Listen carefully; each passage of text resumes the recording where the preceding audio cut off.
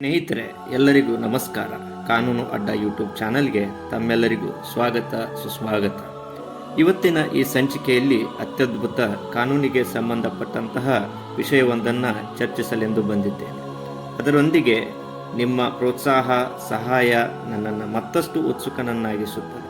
ಅದಕ್ಕಾಗಿ ಯಾರೆಲ್ಲ ಇನ್ನೂ ನಮ್ಮ ಚಾನಲನ್ನು ಸಬ್ಸ್ಕ್ರೈಬ್ ಮಾಡಿಲ್ಲ ಅಂದರೆ ದಯವಿಟ್ಟು ಸಬ್ಸ್ಕ್ರೈಬ್ ಮಾಡಿ, ಪಕ್ಕದಲ್ಲಿರುವ ಬೆಲ್ ಐಕನನ್ನು ಒತ್ತಿರಿ. ಅರೆ, ಇವನೇನಪ್ಪ ಬರೀ ಮಾತಲ್ಲೇ ಕೊರಿತಾ ಇದ್ದಾನೆ ಅಂತ ಭಾವಿಸಬೇಡಿ. ಇನ್ನೇನು ವಿಡಿಯೋ ಆರಂಭಿಸೋಣ. ಬಂಧುಗಳೇ, ಲಿವ್ ಇನ್ ಸಂಬಂಧದಲ್ಲಿ ಇಬ್ಬರಿಗೆ ಇಷ್ಟವಿರುವಷ್ಟು ಸಮಯ ಜೊತೆಗಿರುವುದು, ಬೇಡವೆಂದಾಗ ದೂರವಾಗುವುದು, ದೂರವಾದಾಗ ವಿಚ್ಛೇದನದ ತಲೆಬಿಸಿಯೂ ಇಲ್ಲ, ಕಾನೂನಿನ ಚೌಕಟ್ಟು ಇಲ್ಲ. ಆದರೆ ಹೇಳಿದಷ್ಟು ಸುಲಭವಲ್ಲ ಈ ಸಂಬಂಧ. ಆರಾಮವಾಗಿರಬೇಕು, ವೈವಾಹಿಕ ಸಂಬಂಧದ ಕಿರಿಕಿರಿ ಬೇಡ ಎಂದು ಲಿವ್ ಇನ್ ಸಂಬಂಧದಲ್ಲಿರುವ ಬಹುತೇಕ ಜೋಡಿಗೆ ಮುಂದೆ ದೊಡ್ಡ ಸವಾಲುಗಳು ಎದುರಾಗಬಹುದು. ಉದಾಹರಣೆಗೆ, ಲಿವ್ ಇನ್ ಸಂಬಂಧದಲ್ಲಿರುವ ಜೋಡಿಗೆ ಒಂದು ವೇಳೆ ಮಗುವಾದರೆ ಯಾರು ಆ ಮಗುವಿನ ಜವಾಬ್ದಾರಿ ತೆಗೆದುಕೊಳ್ಳುತ್ತಾರೆ? ಒಬ್ಬರಿಗೆ ಬೇಕೆಂದು ಇರುವಾಗ ಮತ್ತೊಬ್ಬರಿಗೆ ಈ ವ್ಯಕ್ತಿ ಜೊತೆಗಿನ ಸಂಬಂಧ ಸಾಕು ಎಂದು ಅನಿಸಲಾರಂಭಿಸಿದಾಗ ಈ ಸಂಬಂಧ ಅಡಿಪಾಯವಿಲ್ಲದ ಗಾಜಿನ ಕಟ್ಟಡ ಎಂಬುದು ಅರಿವಾಗುವುದು ಸಹಜ. ಆದರೆ ಅಷ್ಟೊತ್ತಿಗೆ ಕಾಲ ಮಿಂಚಿ ಹೋಗಿರುತ್ತದೆ.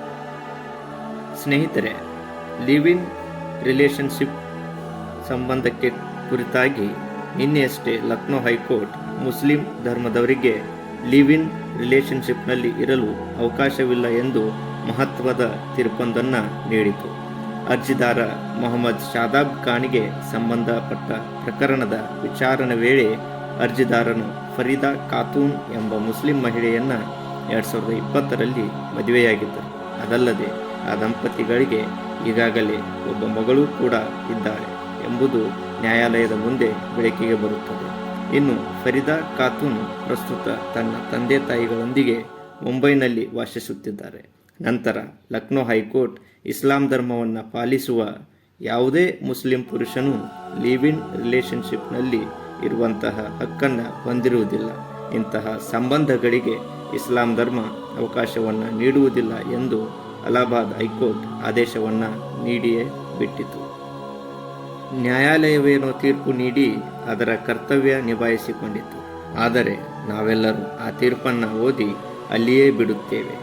ಪ್ರಕೃತಿಯ ನಿಯಮದ ಪ್ರಕಾರ ಎಲ್ಲರಿಗೂ ವಿಚಾರ ಮಾಡುವಂತಹ ಮತ್ತು ಎಲ್ಲವನ್ನ ತಿಳಿದುಕೊಳ್ಳುವಂತಹ ಶಕ್ತಿ ನಮ್ಮಲ್ಲಿದೆ. ಆದರೆ ನಾವುಗಳು ಹಿಂದೇಟು ಹಾಕುತ್ತೇವೆ.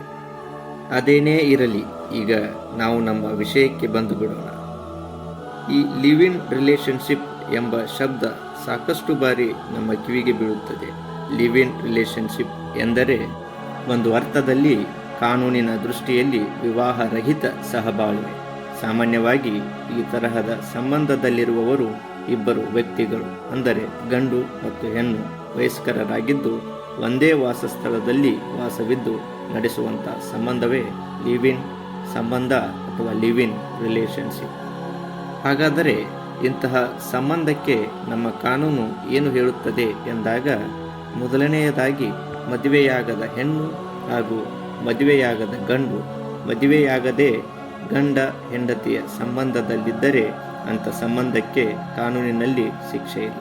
ಹಾಗೂ ಅದೇ ಮದುವೆಯಾದ ಪುರುಷ ಮೊದಲನೇ ಪತ್ನಿಯಿಂದ ವಿಚ್ಛೇದನೆ ಪಡೆಯದೆ ಮದುವೆಯಾಗದೆ ಇರುವ ಹುಡುಗಿ ಜೊತೆ ಲಿವ್ ಇನ್ ರಿಲೇಷನ್ಶಿಪ್ನಲ್ಲಿದ್ದರೆ, ಅಥವಾ ಮದುವೆಯಾದ ಹೆಣ್ಣು ತನ್ನ ಪತಿಯಿಂದ ವಿಚ್ಛೇದನ ಪಡೆಯದೇ ಮದುವೆಯಾಗದೆ ಇರುವ ಪುರುಷನ ಜೊತೆ ಲಿವ್ ಇನ್ ರಿಲೇಷನ್ಶಿಪ್ನಲ್ಲಿದ್ದರೆ ಭಾರತೀಯ ದಂಡ ಸಂಹಿತೆ ಪ್ರಕಾರ ಅದು ಶಿಕ್ಷಾರ್ಹ ಅಪರಾಧವೆಂದು ಹೇಳುತ್ತದೆ. ಹಾಗೂ ಸಲಿಂಗಿಗಳಿಗೂ ಕೂಡ ಜೊತೆಯಾಗಿ ಒಂದೇ ಮನೆಯಲ್ಲಿ ವಾಸವಿದ್ದರೆ ಅವರಿಗೂ ಕೂಡ ಯಾವುದೇ ರೀತಿಯ ಶಿಕ್ಷೆ ಇಲ್ಲ. ಇನ್ನು ಲಿವ್ ಇನ್ ರಿಲೇಷನ್ಶಿಪ್ಗೆ ಭಾರತದಲ್ಲಿ ಅವಕಾಶವಿದೆಯೋ ಅಥವಾ ಇಲ್ಲೋ ಎಂಬ ವಿಷಯ ಬಂದಾಗ, ಸುಪ್ರೀಂ ಕೋರ್ಟ್ ಪ್ರಕಾರ ಪುರುಷ ಹಾಗೂ ಮಹಿಳೆ ಲಿವ್ ಇನ್ ರಿಲೇಷನ್ಶಿಪ್ನಲ್ಲಿ ತುಂಬ ಕಾಲ ಇದ್ದು ಅವರಿಗೆ ಮಕ್ಕಳಾದರೆ ಆಗ ಅವರಿಗೆ ಈ ಥರ ವೈವಾಹಿಕ ದಂಪತಿಗಳಿಗೆ ಇರುವಂತಹ ಕಾನೂನು ಅನ್ವಯಿಸುವುದು.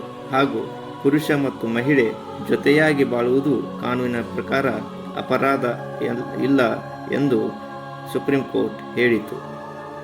ಇನ್ನು ಕೊನೆಯದಾಗಿ ನಾವು ಮದುವೆ ಮತ್ತು ಲಿವ್ ಇನ್ ಸಂಬಂಧದ ನಡುವಿನ ಅಂತರವನ್ನು ತಿಳಿಯೋಣ.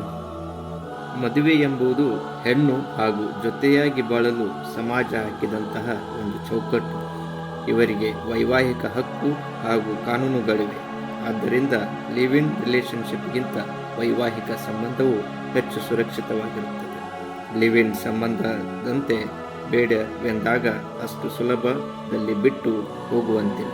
ಕಾನೂನಿನ ಪ್ರಕಾರ ಅಂತಹ ಜೋಡಿಗಳು ಪರಸ್ಪರ ಬೇರೆಯಾಗಬೇಕಾಗುತ್ತದೆ ಮತ್ತು ಮದುವೆಯಾಗಿ ಜೊತೆಯಾಗಿ ಬಾಳುತ್ತಿರುವ ದಂಪತಿಗಳಿಗೆ ಸಿಗುವ ಮನ್ನಣೆ ಮದುವೆಯಾಗದೆ ಲಿವ್ ಇನ್ ಸಂಬಂಧದಲ್ಲಿರುವ ಜೋಡಿಗೆ ಈ ಸಮಾಜದಲ್ಲಿ ಮನ್ನಣೆ ಸಿಗಲ್ಲ. ಸ್ನೇಹಿತರೆ, ಇದಾಗಿತ್ತು ಲಿವ್ ಇನ್ ರಿಲೇಷನ್ಶಿಪ್ನ ಕುರಿತು ತಿಳಿಸುವಂತಹ ಒಂದು ಚಿಕ್ಕ ಪ್ರಯತ್ನ. ಮತ್ತೆ ಮುಂದಿನ ಸಂಚಿಕೆಯಲ್ಲಿ ಕಾನೂನಿಗೆ ಸಂಬಂಧಪಟ್ಟಂತಹ ಮಾಹಿತಿಯೊಂದಿಗೆ ಭೇಟಿಯಾಗುತ್ತೇನೆ. ಧನ್ಯವಾದಗಳು.